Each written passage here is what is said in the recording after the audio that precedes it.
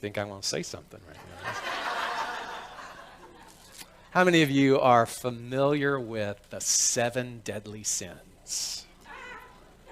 How many of you actually committed them today? That's my kind of church. I love it. Yes.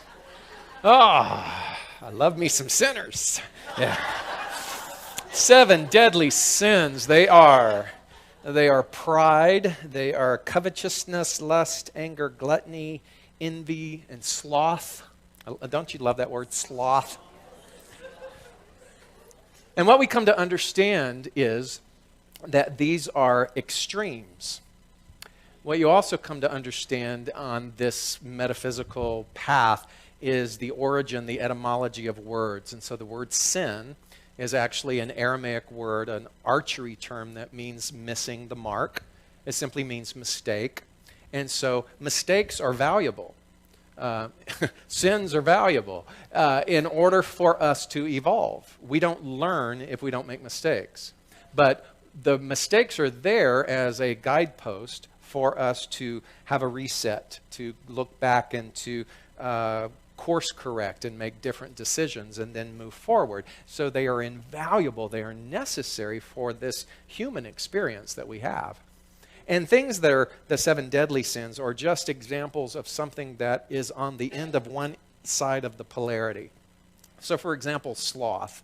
Sloth is simply the extreme of rest. And what you understand is that primally, we need rest in order to survive. And what is on the other end of all of those other deadly sins are actually primal, primitive, instinctual parts of the brain that are geared for our survival. And so anything that's, covetousness or pride, if you look at those things, that they're necessary in order, if you went back to primitive human beings, all of those things were a part of us in order to survive. If I saw food or human fuel and somebody else had that, I would covet that because in my evolution I wasn't aware of the fact that there was more where that came from. But as I evolve, I understand. As I evolve, I become more than just the mechanics of a brain. I develop consciousness. I develop a sense of self-awareness. I gain an understanding of evolution and of the fact that I come from something far greater than what my human eye experiences. And so we don't want to get rid of those sins. We want to bring them into, I'll use the word balance, but balance isn't one of my favorite words. So I thought, well, what would be a good replacement for the word balance? And I went to our founder, Ernest Holmes, to a word that he uses or did use a lot in his affirmations and in his spiritual mind prayer treatments and even in his prose. And that word was poise. It was a really great word, right? Poise. And poise, by definition of Ernest Holmes, meant a mental balance or an inner calm which knows no fear. Poise, an inner balance or an inner calm which knows no fear or doesn't even associate with the ideology of fear. So to be poised is to me a very more poetic way of looking at this. You need more balance in your life. You and I have the opportunity to gain poise. And to realize that by doing so, we come into alignment with the idea that we are not that. We are not the effect of the world. And so these 7 deadly sins are more geared towards a primitive end of the polarity. And so if primitive is on this side, let's say that poise is on the other end. And they're all the same thing. So we need those things.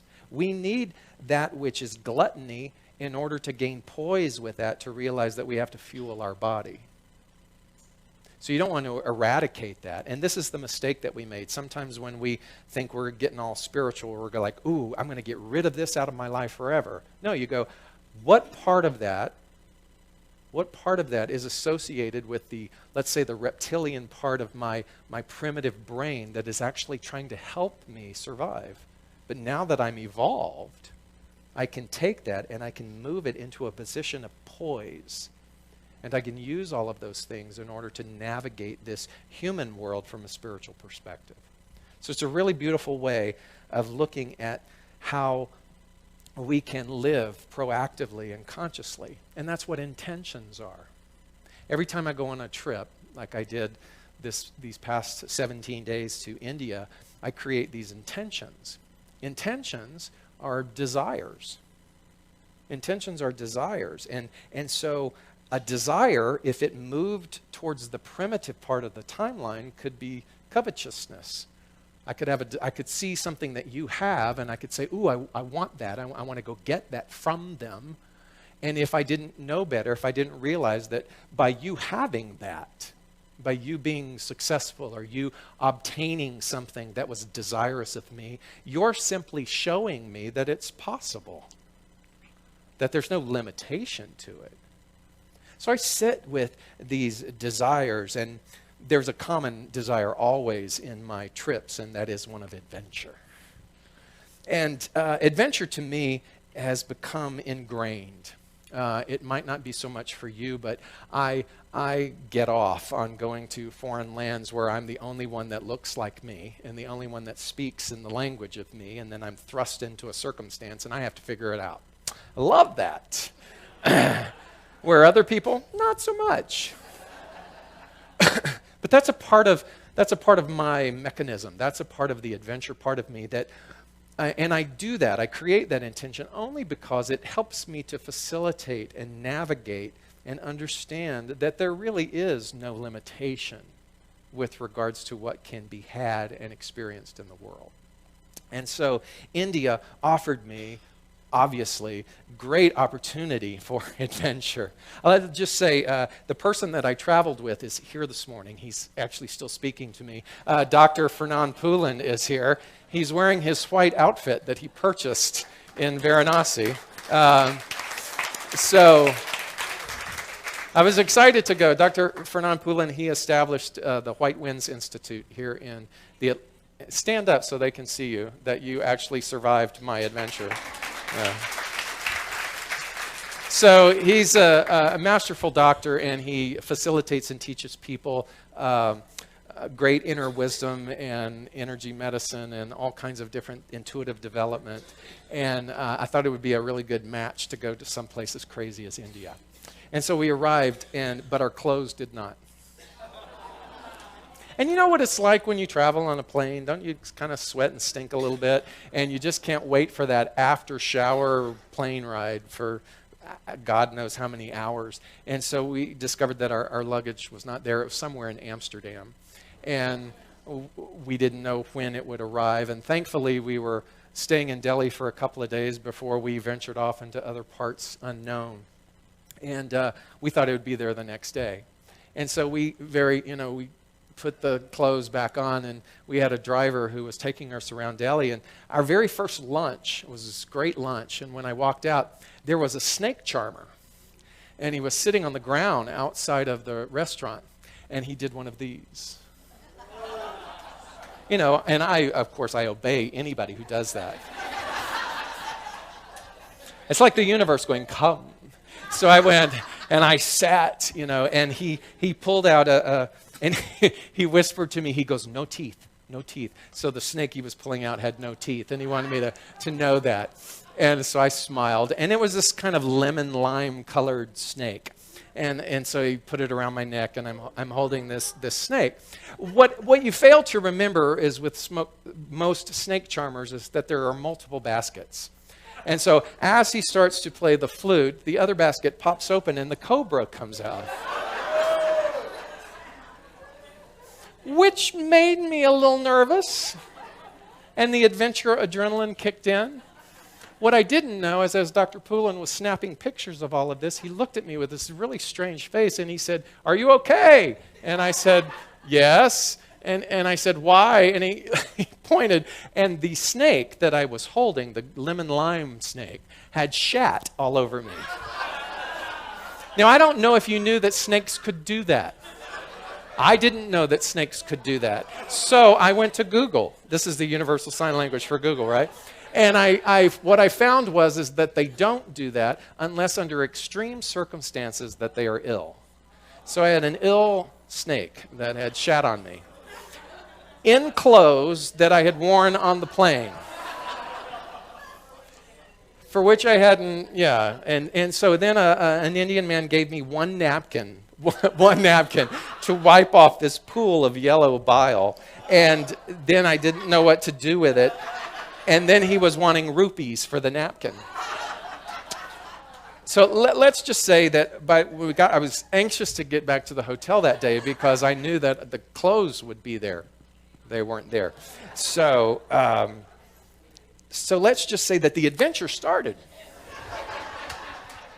Intention number one, already deeply rooted into the magnificence of India. And number two was to be of service. Wherever I go, it seems as though this beautiful Klieg light of illumination and opportunity for service presents itself. And one of the great things about intention setting is that the more that you do it, the more, I'll use the term, second nature it becomes. When you say, when you offer to the universe, I want to be of service, then the universe will provide those things for you in ways that you and I can't draft or pre-plan. And one of those ways was in Varanasi. Varanasi is considered to be one of the oldest spiritual cities in existence. It is just a madhouse of people and cows and bulls and horns and slum dogs and snakes and alleyways and smells and everything that you can imagine. And it's on the Ganges.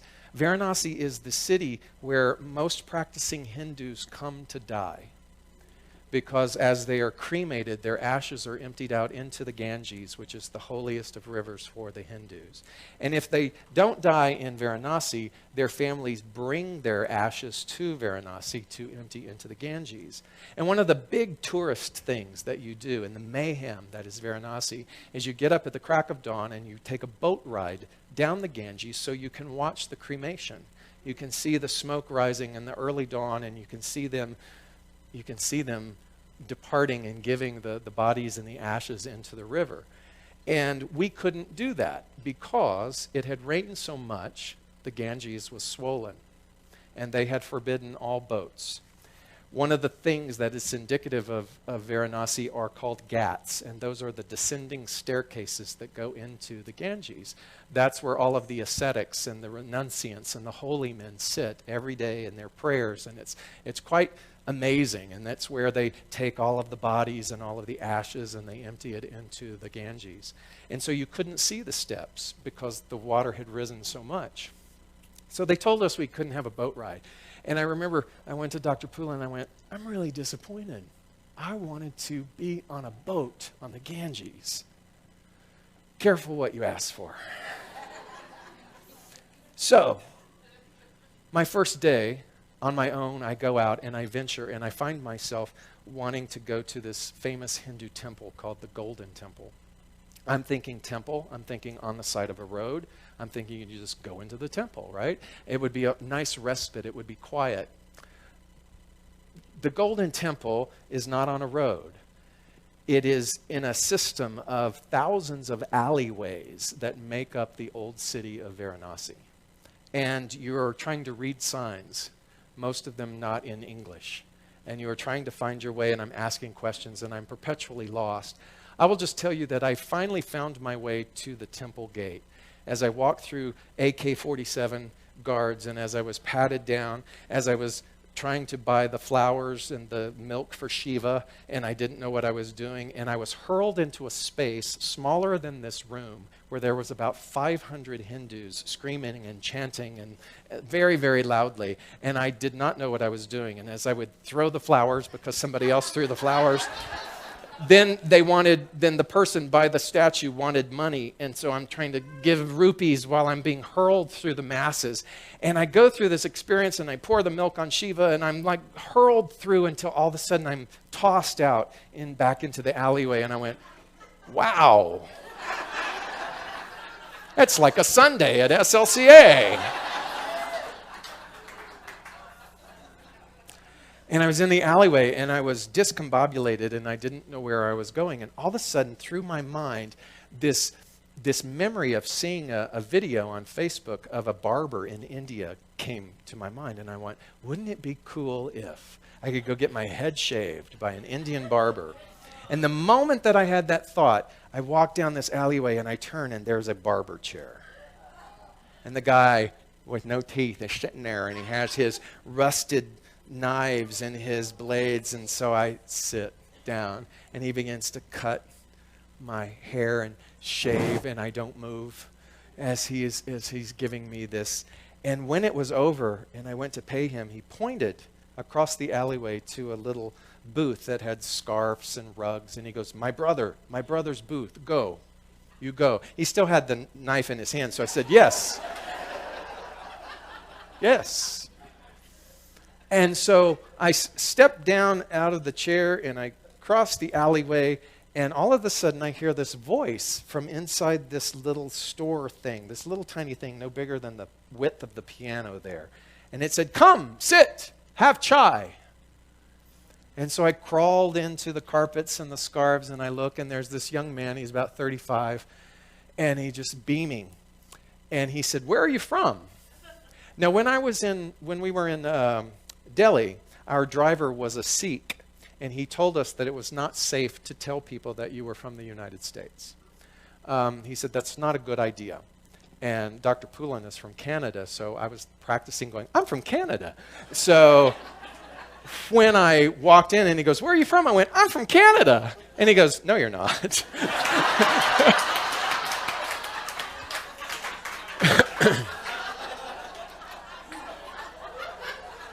Busted.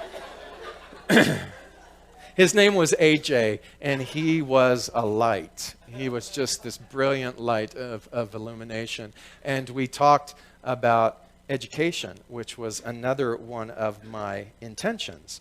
I wanted to have an adventure, I wanted to be of service, and I wanted to explore opportunities to broaden my foundation to bring education into third world experiences. And as we began to talk about all of those things, he told me that he was involved in 2 different schools.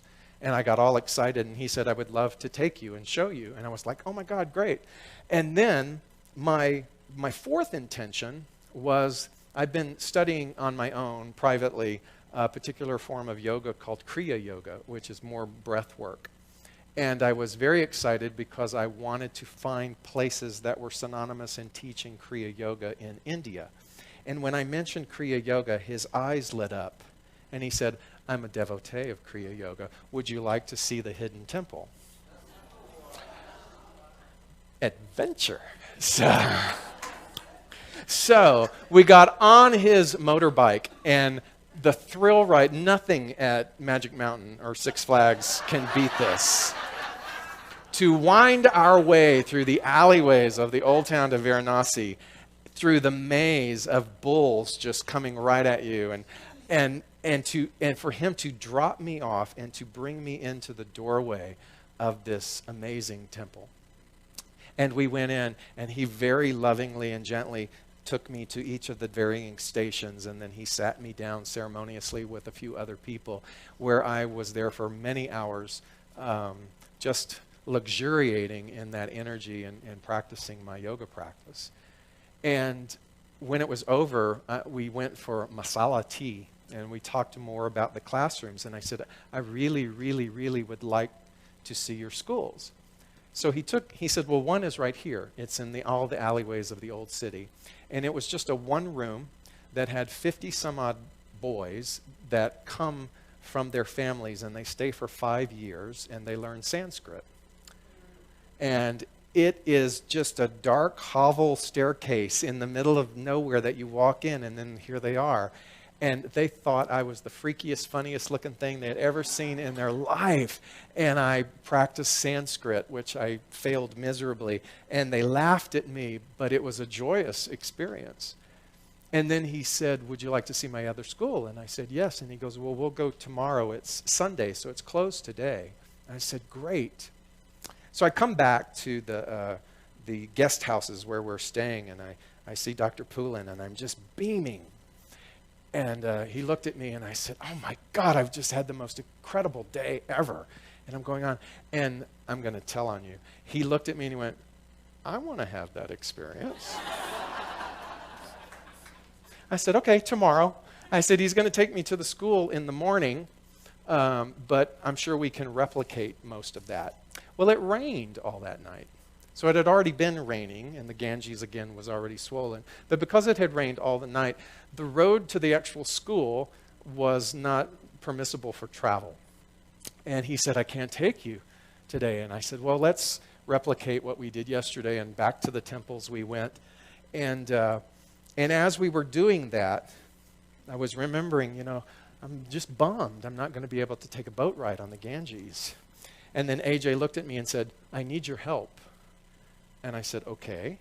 And he goes, there are many subsets of the villages down past Varanasi that have been without electricity and without water because of all of the flooding and the rain.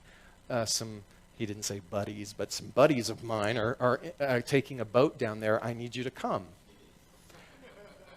And I was like, cool. And then I looked at Fernand and I went, you ready? And he's like, does this stuff happen to you all the time? So it's supposed to be a couple of hours, and I thought, well, how great is this? And the sky is black. Sky is black. And it's an open little one-motor boat with 10 Indian men all yelling and speaking in Hindi. And here we are with bread and water and motoring our way down the Ganges. And I'm on a boat on the Ganges. Look at me. And we pick up a few other Indian men and we go all the way down. And it turns into a 7 to 8 hour excursion of delivering water, and people are coming through waist and chest high deep water to grab the fresh water that we're having in order to be able to take it to all their different people and their families. And it was just an amazing experience. And I went, intention, be of service. Be of service. And when we got back, again, he looked at me a bit traumatized and said, I don't really know if I want to travel with you anymore.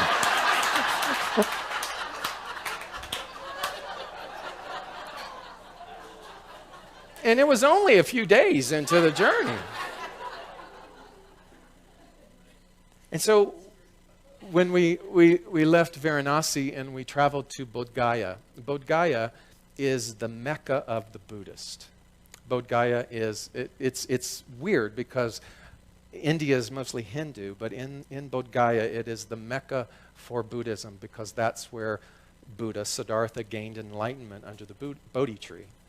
That's where the tree is. It's the fourth generation of the graft from the original tree from 623 BC.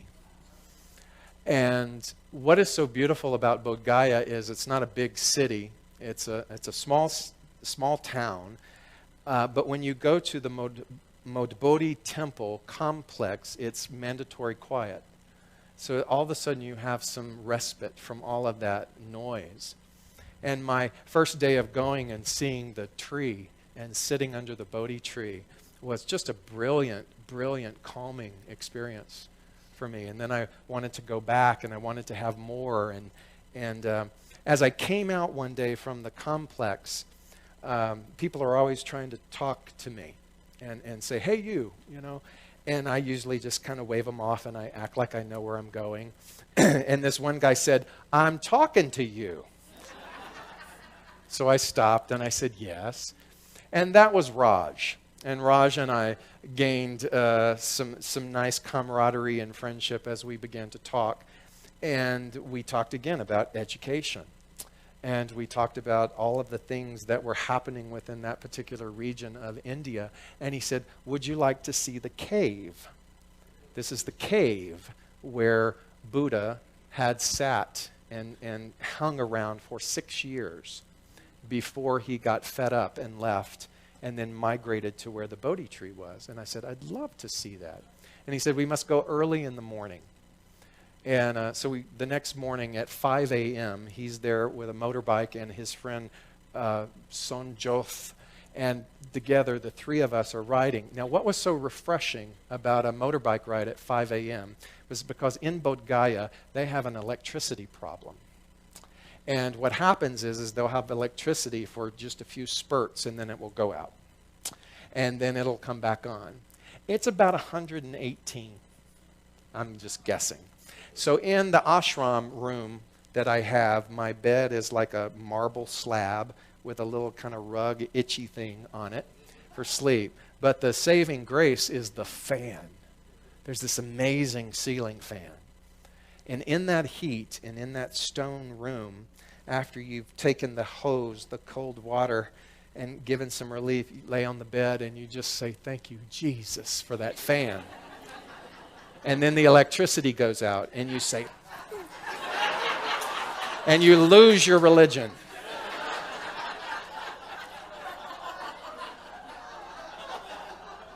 And then it comes back on and you say, thank you, Jesus. And then it goes back off again. And this is the cycle of Bodh Gaya.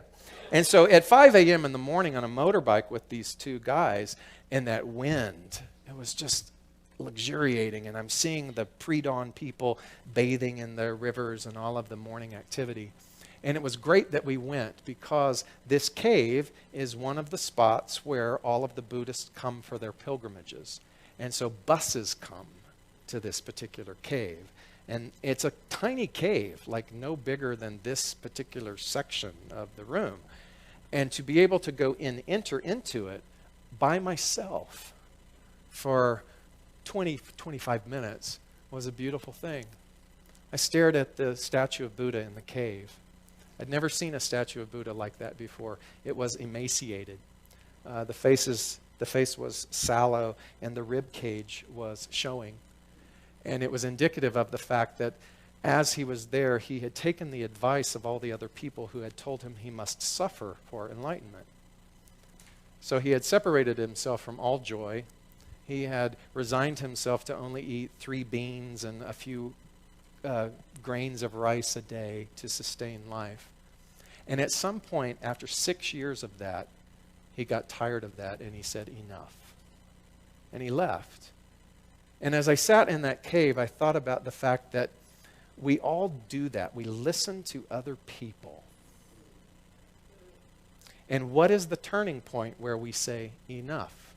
I wanted to know, what was his breaking point? What was the tipping point for him to get up after 6 years of trying to do that, to gain something, in order to remove himself from the opinions of other people and embark upon a greater destiny of his own reality and his own creating. And so as that was coming through me and as I was thinking about that, and as we drove back, we were back on the motorbike and they stopped the bike along the side of the road. Now, I don't know these guys. And so in my mind I'm thinking, uh-oh. And I said, why are we stopping? And they said, we want to show you something. And right where we had stopped it wasn't a village really, it was just sort of a collection of huts. And it was probably some of the most deplorable conditions I had ever seen in my life. There was maybe 50 men, women, and children in this little conclave. And there was a broken well. And he said, I wanted to show you because they don't have water. I had never said anything to him about my work in Cambodia and digging wells and my history with that. And I looked at it and I knew exactly what was wrong. And I knew that if there was a mechanic nearby, what could happen for the repair. And it was just such a beautiful thing, this intention of being of service, that I was just led to this to be able to then talk to them and to negotiate. And I didn't know the rupees that I gave them if they would make their way into repairing the well or not, because we were going to be leaving the next day. But all that I knew to do was to give them the money and hope that they would do that. And I got the pictures just day before yesterday that they had repaired the well.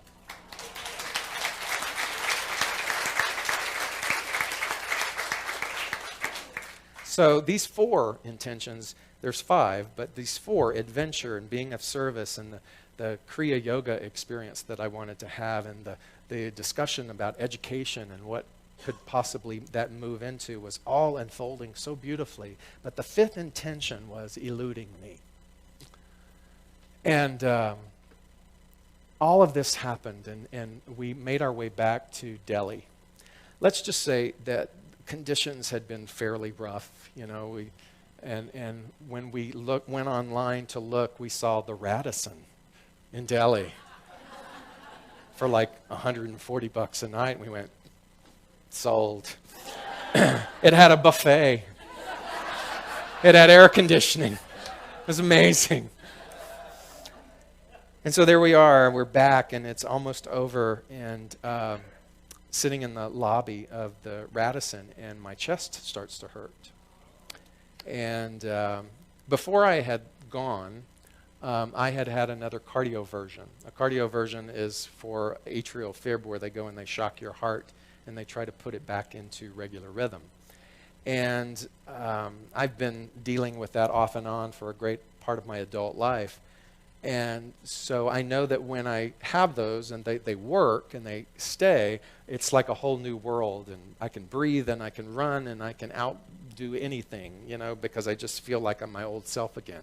And when I'm in atrial fib, it's sort of the antithesis of that. So my chest was hurting, and I had actually gone back into atrial fib before I even got on the plane to go to India. And so it was hurting, and that was the fifth intention. The fifth intention. I wanted to turn a corner somewhere in India and have a holy man go, and I would be healed, and I would react just like he did. That's what I wanted. I wanted to sit in that temple and have that meditation, and all of a sudden, like lightning, strike me and go, "You're healed." I wanted to have some wise person come up and say something, or some formula, some experience that would say, "This is no longer yours." And it didn't happen. And when I looked at the polarity of primitive and poised, what I realized was that my attachment to it, my attachment to that condition, was a very primitive attachment. It didn't have a lot of poise to it. I could pretend sometimes to have poise with it, but eventually when you pretend long enough, then the masquerade has to come off. And so I was angry. And what I love about Dr. Poulin is he works with all this so often. And, when I told him, I said, "Nobody's going to fix it for me, are they?" And he just looked at me and he went, I wanted to slap him. But don't you love people who don't try to fix it or tell you or prevent you from having your own level of education and understanding around all that? They just sort of provide this safe container in this safe space. I said, it's not going to happen, is it? No person, no procedure, no nothing is going to fix this in the way that I want it to be fixed. So I went to bed that night really angry. And as I sat and I was trying to do my practice and I was breathing, I was having lucid dreams. And in the lucid dream, all of a sudden, that voice came and it said, "This will not be fixed because it's not broken." And I was like, I don't want to hear that. It won't be fixed because it's not broken. And all of a sudden, there was an image of a huge bowl. In my vision, it looked like a big porcelain bowl. I used to have this amazing bowl, and that was the one that I saw. And it said, this bowl is you.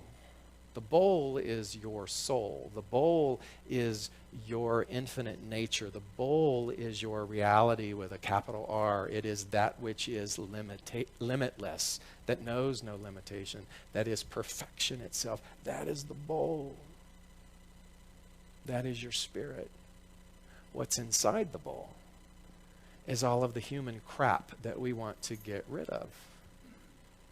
You know, those 7 deadly sins, we want them to go away, or we think that we're supposed to eradicate all of that, when in actuality, all of those things are in the bowl waiting for us to move them from the primitive state to the state of being poised. And you know this in our philosophy, that whatever it is that you chronically obsess, look at, want, desire, focus on, you get more of. So when we focus on that condition, we name that condition, we talk about that condition, we manipulate, work to soothe, to fix, to eradicate that condition, what happens is the condition just continues to perpetuate. And that's what's in the bowl. And the only reason that you and I, as soul beings in human form, have come here is to make peace with what is inside the bowl.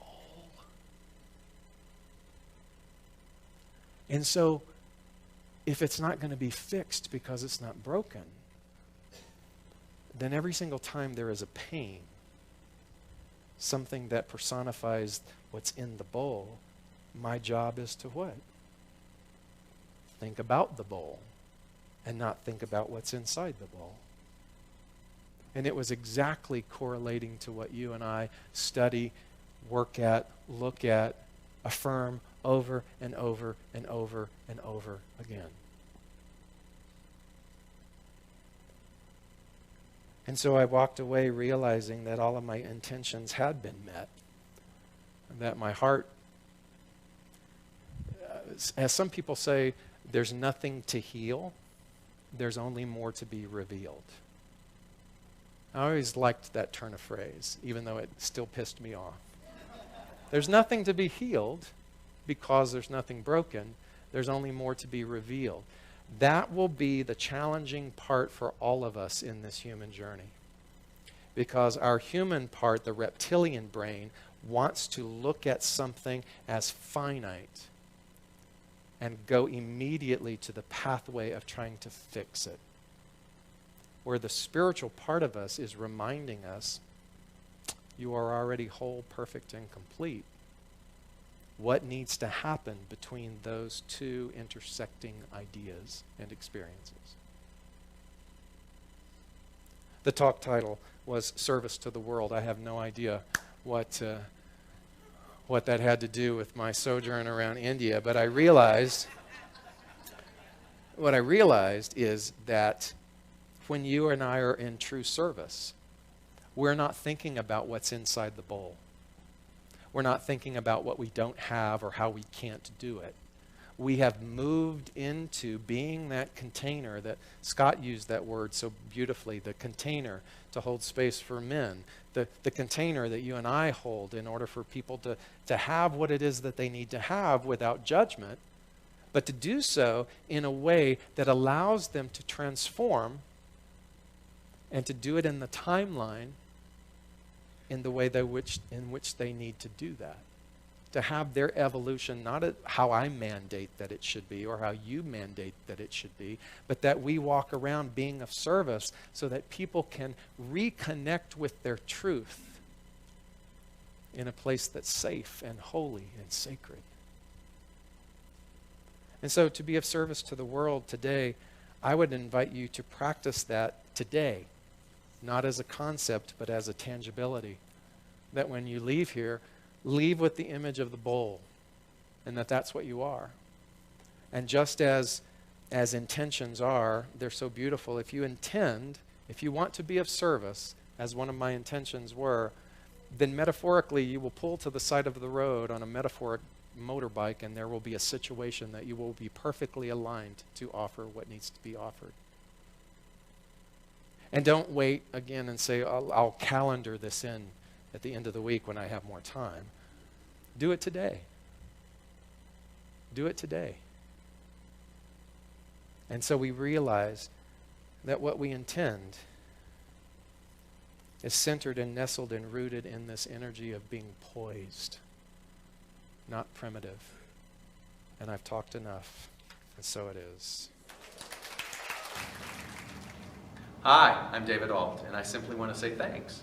Thanks for taking the time to watch our broadcast here at Spiritual Living Center of Atlanta.